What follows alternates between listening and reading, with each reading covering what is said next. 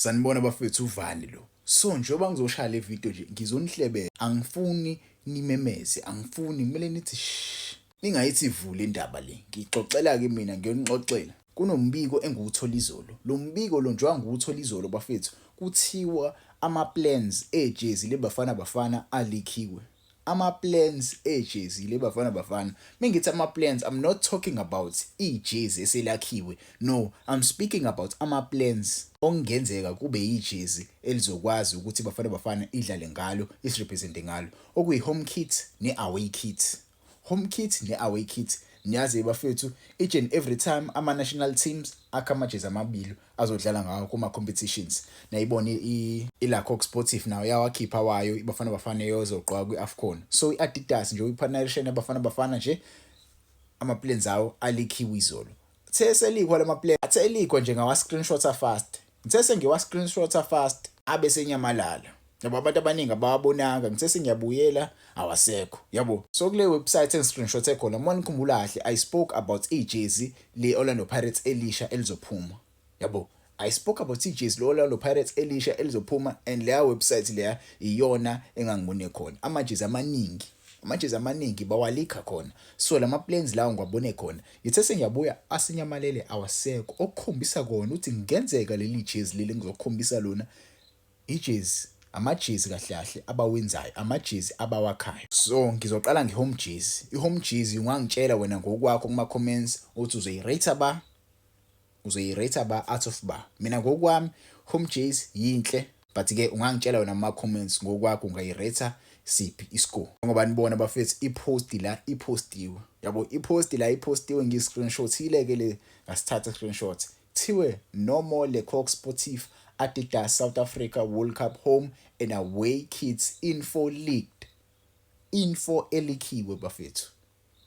Jwani libona ke nali ijezi la. Ngilihambile leli jezi ngalithatha ngase ngilifaka nje kwi-AI uthi i-AI ilenze libe ijezi elibukekayo kube ijezi elangempela yabo. Nali iplan yakhona iyona plan le bafethu. Ngithe sengiyithatha sengiyifaka kwi-AI ingikhiphele ijezi elihle kanje.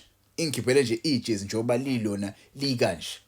Ungangitshela ke wena kuma comments ngokwakho ungalirate ba leli jersey leli. Ungalirate ba. I like the jersey, to be honest. I like the jersey, but it feels like ele golden arrows kancane akazi noma mina yena. Do you see that arrow right there? Okhomba iBafana Bafana. Okhomba lela badge lela leBafana Bafana.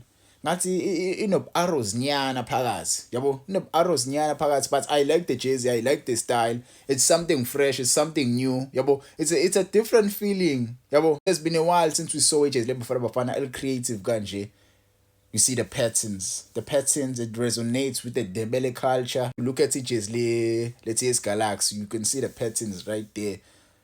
The arrow represents any country, any culture like South Africa. I don't know. You can judge it by yourself kuma comments, but again ilona jersey leli home kit elikhiwe ingenzeka kube iyona iBafana Bafana engayisebenzisa yabo. Ingenye yama plans akhona njengoba nje ideletiwe kungenzeka ukuthi badelete fast Adidas bethi nje hey susani leyo nto leyo. Iyona ke bafethu le ngokwami mina ngalinikeza leli jersey leli u8 out of 10. I don't know. I think there is something missing. Maybe mhlawumbe mase ngilibona ligqoka umdlali I will see. Yabo ngitsamile ukuthi ngilithathe ngilifake ngithi uAI awulenze kube ngase ligqoka umdlali. uAI ungenzelileke ningamnaki nje lo muntu engimcreateile but ke nali ijezi senelibona ngase ligqoka umdlali. Niyalibona linjani? Lona angazi ijezi nje. Yabo it's a jersey nje but ke you can tell me in my comments when how do you feel about the home kit le iBafana Bafana mayasiqoke. So sengizokhuluma ngeaway kit. Iaway kit ke yona I didn't do much kwiaway kit. I didn't even put a player oyigqokile kwiaway kit but ke ngizontshela ngawo nje manje madosi. Nayi away kit bafethu. Njwani ibona iaway kit iyona le.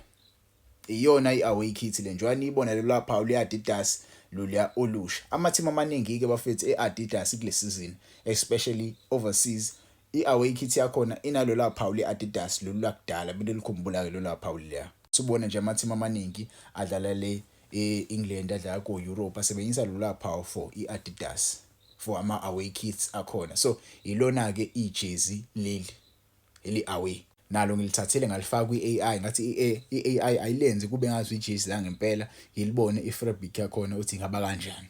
Yabo yabe silithatha-ke i-AI madoda yabe silishintsha nali madoda ijezi nali ijezi ngangitshela ama-comments how do you feel about leli jezi leli AI silithathile yalenza ijezi la ngempela. I don't know, angazi ngokweni, but for me I think this one looks dope.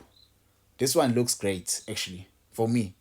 I think this one looks great. I like the pattern. I like the idea behind it. It's a different feeling. Yabo, it has that retro vibe nyana. You see the about the stripes there and here and there. Yabo, but again, you can tell me in the comments how you how are you feeling about this one. This one I can give it a 10 out of 10. I can give this one a 10 out of 10. I like the idea behind it. I like it actually. Yabo, I will buy this jersey if I get an opportunity. If they release ijezi elikanje leBafana Bafana, I will literally buy ijezi leBafana Bafana elikanje. Ngithanda i-idea ukuthi abazami ukuthi bakopele kakhulu izinto zakudala. Yabo, they are creating their new stuff. Yonke engiyithanda kakhulu. Yabo, they are not borrowing from the past kakhulu. They are creating something new with this new generation of Bafana Bafana. I don't want them to borrow that old style. Bafana Bafana right now, they are writing their own history. The last time we qualified, it was 20 years ago. 20 years ago, the last time Bafana Bafana qualified. So these new players, this new group of players, they need to write their own history. They need to create their own thing. So I like the idea. So leli mina ngalinikeza u10 out of 10, but ke wangitshela wena ama comments ngokwakho lithini wanginikeza ngawanikeza nje lamajezi lawa, ngawanikeza 10 out of 10 noma ngawanikeza 5, I don't know, but ke this information bafethu, I don't want you all to take it and think it's true. I'm not saying it's true. These are the plans that were taken. These are the plans that were leaked. So kungenzeka ukuthi ama plans ashintshe usakude kakhulu uJanuary. Yabo, because ngokuzwa kwami kuthiwa ama-jezi azoreleaswa ngoJanuary by Adidas. I-deal iyaphela ngoDecember with iLecoq Sportif. So azoreleaswa kahle ngoJanuary. So I don't know if they are creating them or asazi. Yabo, there are many plans mhlambe ababekhetha kuona lawa happen to be leaked. Maybe the reason why they were leaked, it's because they were real deal. They were the exact jerseys azokhishwa. Ingakho deletiwe lapha kuma drafts ama leaks. Asazi. Yabo, asazi ngempela, but ke you can tell me in the comments bafethu uvane lohlezi nginitholele i-content bafethu exclusive. Abantu abaningi abajwayele ukuyibona i-content ekanje. Even le video le njengoba ngiyiposta, angazi noma mhlawumbe bazothi ngiyidelete noma bazothi ngiyigcine, but ke ngiyipostile nje just because ama leak into leakiwe. Yabo, it's not something real. Allegedly, I'm using that word.